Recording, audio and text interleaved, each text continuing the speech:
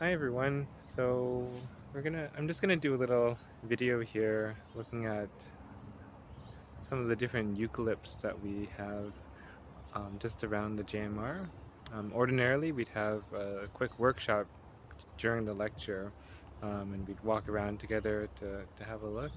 But obviously we can't do that, and it's gonna be really rainy during the lecture, so I can't even zoom on that day. So I'm just gonna do a little video for you right now. Yeah, so I'm just going to start with some general thoughts on um, plant, on eucalypt um, identification, and then we'll look at some of the diversity. So I'm just going to switch. Oops. So the first thing that you do when you're looking at eucalypts is you kind of just look at the whole structure and have a look at the growth form. Is it tall and straight, more or less? Does it have lots of branches that are stem trunks that come from the base? Um, or does it curve a lot? Those are some important characteristics to notice. These trees are mostly pretty straight and tall, and you can see that the shape of how the leaves come out at the top is also important. Some eucalypts, they kind of have little pom poms sticking out, so you get this clumpy cloud-like appearance, and other ones are more like a straight up and down tree. The other thing we look at is the bark. So in these eucalypts that are just right in front of us, you can see that the bark itself is quite rough, and it's peeling off in these big shreds like that. But that's just down at the base, right? So if we look further up, along here for example, it becomes quite smooth, and you end up seeing this ribboning. So all these strips of bark are kind of hanging off the tree and forming these ribbons. Sometimes they'll hang up in the tops of trees. I guess there's a good example right here. With the ribbons coming off the trees. So that's another important feature. And then the other really important thing is to look at the fruits and the flowers. So you might not always see eucalypt, like all the different stages at once, but there's always going to be at least some bit that you need to look, that you can use for identification. So if we look at this tree right here, we can see that some of the nuts are, here's a good one, some of the nuts, they're not fully mature yet, but you can see they're right there. Oops, sorry, I guess my camera's not working so well. But I'll try to get that on macro later. So you can see the nuts are like that, and there's different things that you want to look for. So in these samples, notice that there's 3 together. So that's a really important characteristic. So how many little nuts are in one go. Sometimes it can be 5, sometimes it can be 7, sometimes it could be many more. Another important characteristic is the buds. So here's a good example of the buds right here. Look at those buds. And again, the shape of the buds will vary from species to species. Sometimes they can be quite similar to each other. And then the other thing you can do is that sometimes you won't have any buds or nuts on the actual tree. And what you often do instead then is you look on the ground and you kind of shuffle around and see if you can find any nuts just that have fallen from the tree. You can also do this if the tree is really tall and you can't reach where the nuts would be. So here's one nut right here. That's not a very good example, but sometimes you'll find them more intact than that.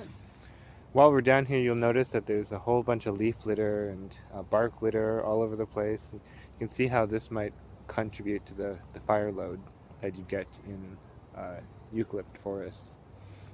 Okay, so that's just a general idea of what you look at first when we're looking for eucalypt, and now we're just going to look at a few different examples.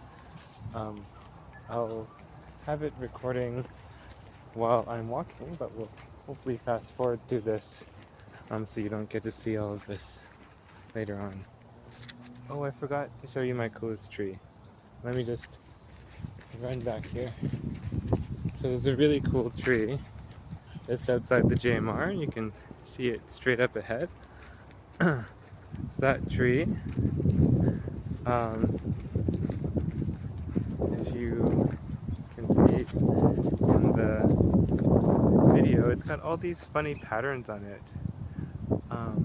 Almost like it's braided. There's something funny going on there. And you can also look up above at the canopy. It's got pretty like open canopy. It's not very dense with foliage.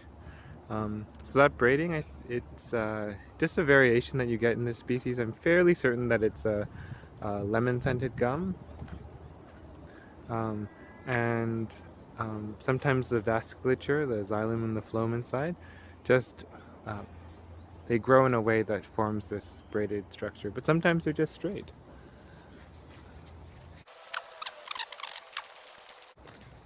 So take a look at this gum right here. You can see that this one, looking up, up, the branches and the trunk, they're basically all furrowed and kind of rough all the way up to the top. So there is no segment that really gets too bare and smooth, except maybe at the very tips. You can see the very, very tips a bit like that. So that's an important characteristic as well. Let's have a quick look at some of the buds, just see what they look like.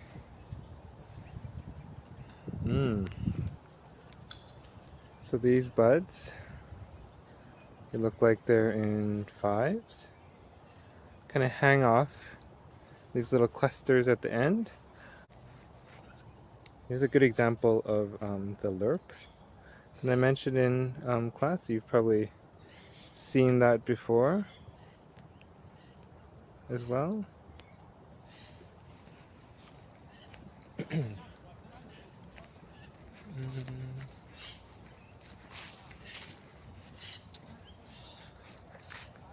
another one, you can see again, it's quite rough bark down below, but then it becomes really nice and smooth higher up the tree. But the roughness of this bark is a bit different. It's more tessellated, kind of like little squares.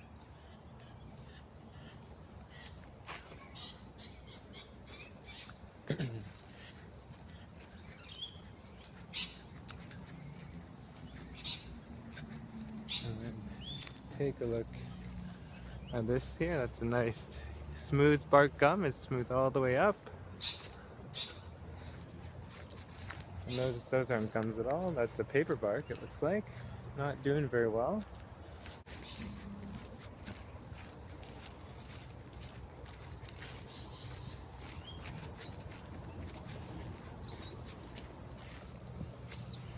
Here's a good example of when you might find old buds down on the ground. Right. So they still show the structure and the shape, the numbers, where they're coming from. So they're really important identifying features. And walking up this funny little hill, like a weirdo, we have a great example of a stringy bark right here. So here's the stringy bark. And looks like there's some insect attack right here, which is kind of neat. But yeah, stringy bark, you can tell stringy bark because it's stringy. The bark just pulls off. The bark just pulls off into these little fibers. So that's what we call stringy bark. You can imagine that if a fire were to come through and light this on, come through and catch this on fire, these fragments would like spray fire all over the place. So they're quite intense. We also have a nice example of the flowers on this one as well. Flowers and buds. Pretty lucky. So see how the buds are arranged there. Looks like there's seven for each thing. The leaves are quite small as well. That's a really good example of a stringy bark. Yeah. The most common stringy bark around is the messmate stringy bark. And you see that oops, don't fall down. Okay. The reason why we took this funny path is because one of my favorite eucalypts is here, and uh, that's the silver princess, Eucalyptus caesia. Hopefully, there's some in flower, but I don't think there will be. It might be a bit early still, but take a look at this really cool bark here.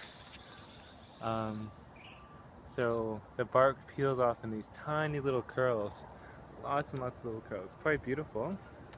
Um, so you would call that a mini Ritchie bark, which is a funny name. Not that many species have mini Ritchie bark, so it's pretty easy to identify. You can also see the overall form of this tree. It's quite small, kind of branches quite a bit down below, so it might be considered more mallee style tree. If we look at the leaves themselves, the leaves are nothing unusual, but look at those young stems. They're all covered in this waxy white coating, and the nuts themselves are really, really big. They're huge, right? Really big nuts. You can actually see some of the flowering buds right here. It's still really immature, but look how big those flowering buds are. They're big, juicy looking buds. So look out for these. They're very commonly planted as an ornamental. Okay, so here's another tree here, very commonly planted eucalypt. Um, and I say eucalypt, and when I say eucalypt, I mean like that broad group, eucalypt, including the eucalyptus, corymbia, and angophora. So this is, I'm pretty sure this is a spotted gum, so corymbia maculata. You can tell it's a spotted gum because the trunk is spotted. It's very smooth barked all above, and it's fairly tall and straight. The leaves, look like typical eucalypt leaves. Lots of different species of eucalypts, so I don't know them all, not even close. um, but hopefully I'll start learning some more. Oh, these look like death cap mushrooms. Don't eat those. So we've seen smooth bark trees, we've seen like thick, uh, rough bark trees, as well as some iron bark. I think is what we saw already. It's India. Here's another really nice example where the flowers are still present in the buds. So these buds, look, they have a really sharp, pointy beak on them.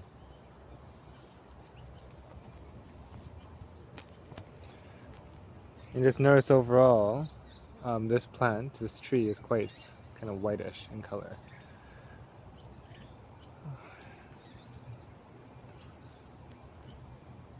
You can see that little cap that I just pulled off. That's why it's called eucalyptus.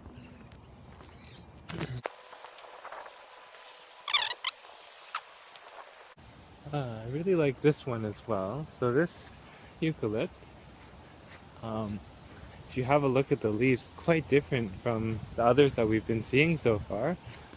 It's got a bit of a, I'll just come from this side so we can see better. It's got a bit of a light tinge to it. But in addition to that, take a look at those leaves. They kind of come paired. So they're paired opposite each other. And this is the appearance that you get more in young eucalypt leaves. So they have two different types of leaves, right? The young leaves and the mature leaves. This one looks like it's exhibiting neoteny, so it only shows the young leaves. There are no mature leaves. And look how those buds are kind of in the axil of the leaves, right there. It's a really cool example here.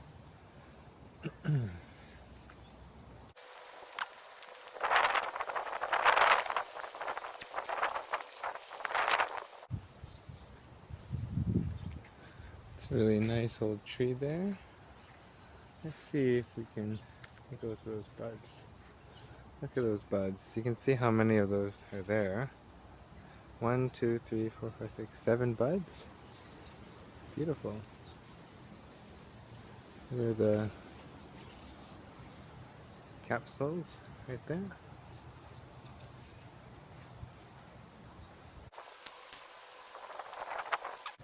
So, handy that we have a sign right here. This one's Eucalyptus viminalis. I'm pretty sure these two are Eucalyptus viminalis. That's the manigum. That's the same as the one that we saw at the very, very beginning. I'm pretty sure. So manigum, it's known to have like really stripy bark. So lots of these ribbons are peeling off and dangling on the tops of the tree like that.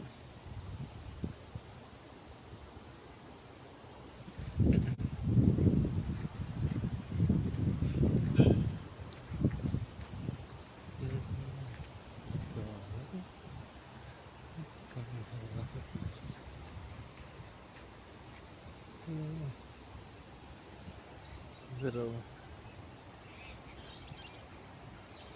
piece.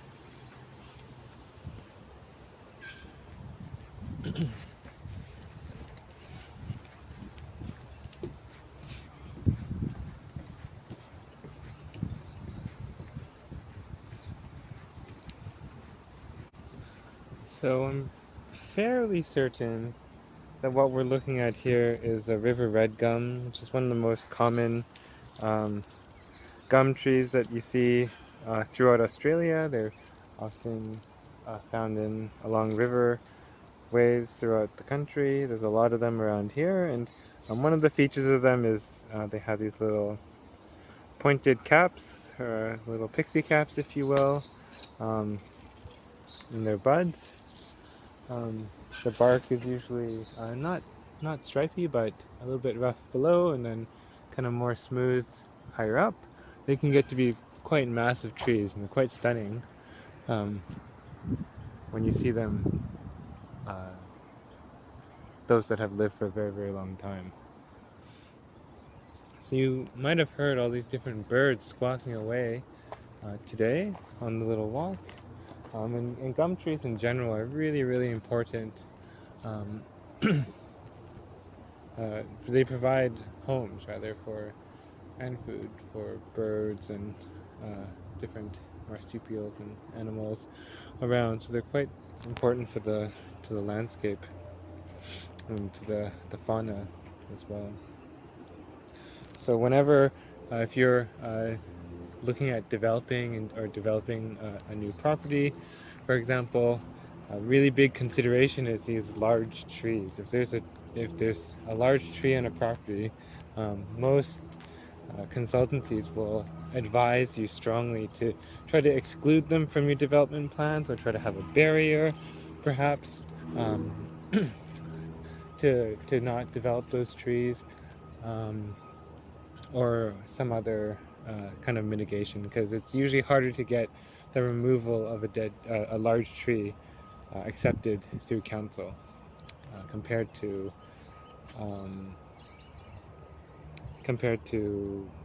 not removing the trees. And really, one of the things with learning about eucalypts is that you have to just go and do it and experience for yourself, because there's a lot of variation, especially in those species that are widespread, like the river red gums. The ones down in Victoria are not going to be the same as the ones up north. So just get out there and look a little bit closer, and you'll see that there's actually a lot of diversity out in the trees around you.